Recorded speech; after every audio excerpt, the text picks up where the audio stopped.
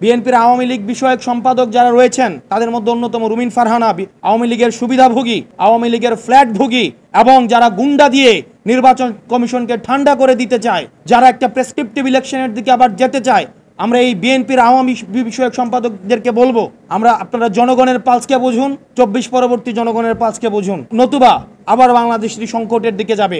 এবং তাদের কারণেই আমরা বিশ্বাস করতে চাই বিএনপি এখনো পর্যন্ত গুন্ডাতন্ত্র, তারা যেই বিএনপির এই ফজলু সাহেব, উনাকে এখনো পর্যন্ত আমরা সম্বোধন করছি, সম্মান দেখাচ্ছি, কিন্তু উনি যে ধরনের বক্তব্য দিচ্ছেন এবং রুমিন ফারহানা যে ধরনের বক্তব্য দিচ্ছেন, যে ধরনের কার্যক্রম পরিচালনা করছেন, আমরা ধরে নিব এগুলো হচ্ছে বিএনপির হাই কমান্ডের ইনস্ট্রাকশন।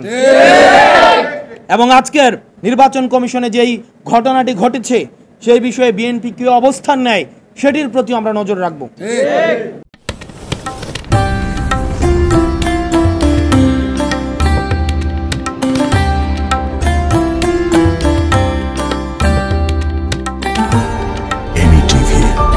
স্বাধীন বাংলার স্বাধীন কণ্ঠ।